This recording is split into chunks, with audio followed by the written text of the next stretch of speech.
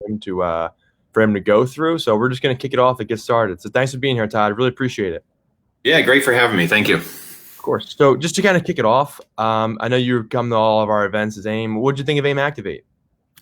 Oh, it was incredible, especially with what's going on in the world right now. To see that there was, I don't know if there was any no shows. I'm sure there was a few, but I mean, it was a packed house at a time when everybody across the country is canceling sporting events, concerts, you name it. And to see that everybody, it mattered that much to everybody was just incredible. So.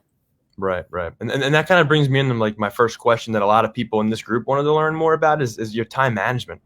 Especially in a rate environment like this, like how do you effectively manage your time between refinance business, referral business, and how do you kind of keep all the parties happy? Yeah, I mean, it's really about blocking out. I tell people I do it like 15 minutes at a time, basically. I start every day with a list of things that I know have to get done, like the night before. Like last night, I think it was like 2:10 a.m. when I shut down. And right when I was shutting down, then I map out exactly what the game plan is for the first half of today. You know, the Jones loan needs to be CTC'd and docs, and so on and so forth, just so that way, first thing this morning, I didn't lose focus of what had to happen. The biggest problem with time management is phone calls. I mean, emails.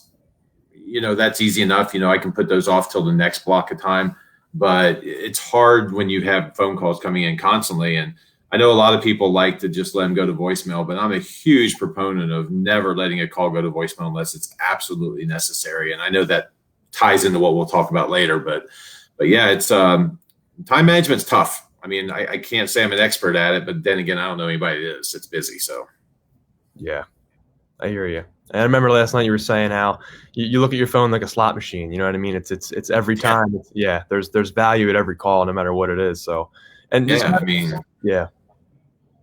And just kind of take it back to working with referral partners in Arizona. I remember you were talking about how you title agents are one of your largest referral business or your most successful referral partners. Can you go into that and to kind of explain? Because I'd love to learn more. I'm sure our network would like to learn more as well. yeah. So the common theme amongst how you get realtors, if you listen to all the various mortgage coaches out there, and not taking anything away from them, but there's various programs out there. The core, I've never been a part of the core, but I know a lot of people are, and I know they push like the Marketing Monday thing where you call 50 agents, and honestly, I listen to my agents. My agents hate cold calls. They hate being called on Monday by 25 different loan officers, all begging for business or trying to set up coffee dates or whatever. So, I took a different approach, and I'm like, well, if I hate all the calls coming in trying to recruit me, what would work for me? And I'm thinking what would work for me is if various people tied to other parts of the business would try to say, hey, you really should talk to this person or that person. So I just started thinking, who's the person that the realtors always talk to? And that's the escrow officer. The realtors pick their favorite escrow officers. They set those relationships up. They're the first one to hear when things aren't going well. Usually it's a realtor calling up XYZ escrow officer saying, hey, did that lender get the docs here? We're closing tomorrow. Where's the docs? And nope, docs aren't here yet. Or nope, the wire's not in yet. So the realtors are communicating with the escrow officers about their frustrations quite often. And so I just thought, well, if I can get escrow officers willing to tell people about me, it might work. And it's been the biggest referral source I have. I've just made really close relationships with a lot of escrow officers in the city. A number of them have my business cards in their desk. And in fact, I won't name the person because there's people on here that know her probably from Arizona. I don't want them feeling like she's, favoritisms, but I have an escrow officer that's a pretty busy escrow officer in town that called me about 3 weeks ago and said, hey, I ran out of your cards. Can you send me some more? I send her another 40 or 50 cards. And yeah, I mean, she has my cards literally sitting on her desk, and she tells customers and realtors especially, and that's how it's built. My top 4 referral agents came through escrow officers. Or not, I'm sorry, my 4 of my top 5. So my number 1, 3, 4, and 5 escrow real estate partners came through title companies. Wow, that's crazy. Do you think a lot of people could value from using that in other markets as well, or is it just something that you've been able to leverage especially?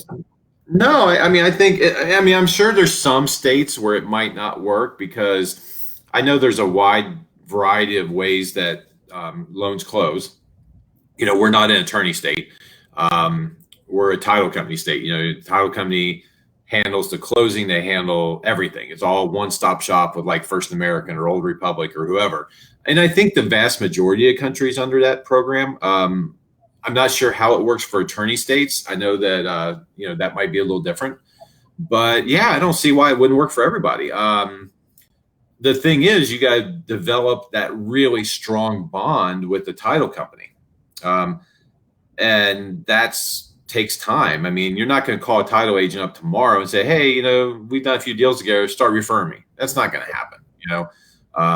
It's a slow build. It takes time, and there's some guys that are using it. I mean, right in my same market, Aaron Reed, who recently opened up his own shop not that long ago, he took it to heart, and he called. He messaged me, he didn't call me, text me or something, but we connected, and he's been like, "Hey, I'm using your program, and it's actually paying off for me." And it turns out there's a title agent that we both know that he's getting business from that way too, and so more power to him. I mean, even though he's in my own market, I don't mind him using my strategy. So That's awesome. That's great. So just based on that, going back to the time management piece, that was kind of a pretty heavy topic that people wanted you to cover in the comments last night from the post. So anything else you can add to that topic? I know blocking off time, and it's a very simple answer, but is there anything else that you do specially that you might want to share with our network? Or yeah, and my program may not work, but what I can say is you got to find. It's all about finding what works for you and sticking to it. I think so many loan officers get frazzled when things start getting too busy, when things start going wrong, and they break ranks from their way of doing it. And I think that's the key.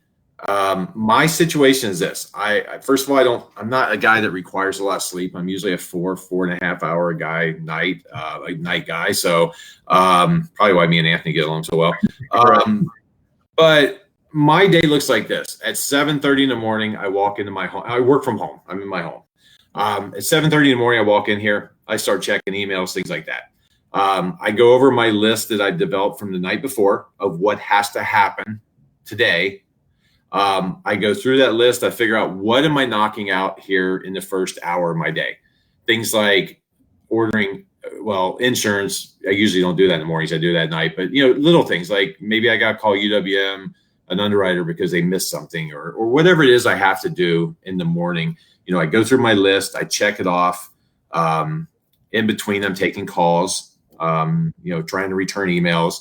I try to get through all my emails first thing in the morning. That's not always easy. And then I work throughout the day. I try to take about an hour in the middle of the day for lunch, which used to consist of me going to the gym for an hour to kind of stress relief. Lately, I haven't even been able to get out for lunch for that. So I'm usually just sitting in front of the TV for a half hour, just eating something to try to cool my head. And then I'm back after it until about 6. Big thing for me, and this probably won't work for many, but I try to block from 6 to 10 to hang out with the wife and do whatever. Yeah. She goes to bed about 10:30. From 10:30 to 2:30 in the morning, I'm back in my office in the house. I get more done in that 4-hour period of time late at night than I do through 10, 12 hours during the day. No phone calls, no text, emails that come in don't have to be returned. You're literally left alone at night like that. And this works if you're an early morning person. Take my late nights and flip it to your 4 a.m. to 6 a.m., because you're a morning person, but nobody's expecting you to answer your phone during those times. So you can knock out a ton of work during that time period. And that's what I've used to really, just as busy as I am, that's the only thing that keeps me sane, is doing a lot of work during the hours that I don't have to be available. Got it. It's a very simple answer, but it's tough. It is. It's very simple. Tough, It's not easy for a lot of people. I was laughing. I just see Anthony posted, Todd, where do you bury all the money? So that's why I was laughing. Sorry about that. Yeah, and here I'm so low tech. Everybody probably thinks, oh, he's closing all these loans. He must have some amazing thing. Yeah, this is my checklist. You know, I wrote this out last night. You can see there's already a bunch of stuff crossed off because I did it first thing this morning. And there's the afternoon checklist. So literally, and I don't know if you can see it, but there's like massive stacks of paper right here. There must be 400 pages there. Those checklists stay there, and all my notes as I talk to people. And I'm so low tech. It's so old school paper. But guess what? In that 400 pages or whatever, Yeah, I can go back, and a customer calls me I talked to 90 days ago. I can leaf back through and I can find my notes, you know? and that was my next question. Was a lot of people were commenting on the post yesterday, like, what would you use for an LOS, point of sale, all that stuff. Like, how do you do that? And I knew the answer, which is why I didn't want to include it initially, but you answered it anyway. But I know you got yeah. I'm on Point Calyx. I mean, I haven't switched over to Arrive yet. I mean, sorry, Anthony. I plan on it. To learn a new system right now. I just don't know. I'm so busy, but I'm on Point Calyx. You know, I use UWM's Brand 360, which is that has been such a huge game changer for me because it allows me to set it and forget it. And for somebody like me, it's super busy. I don't have to mess around with it. But other than that, I'm so old school, low tech with all the paper. I love taking notes by hand. I mean, I'll never change. You know, there's no way. I just, you know, I'm not changing in that. You know. Right. Yeah, that was great, Todd. I appreciate your time. I know you got a lot going on today, so I'll let you go a little bit early. But if anyone has any questions, feel free to keep commenting on this thread. Todd's got to get going here soon, but we can keep answering them throughout the day, later on tonight, tomorrow. So any more questions you have, feel free to reach out. And Todd, thank you so much for today. I really appreciate your time, as always. Yeah, no problem. Yeah. Thanks, guys.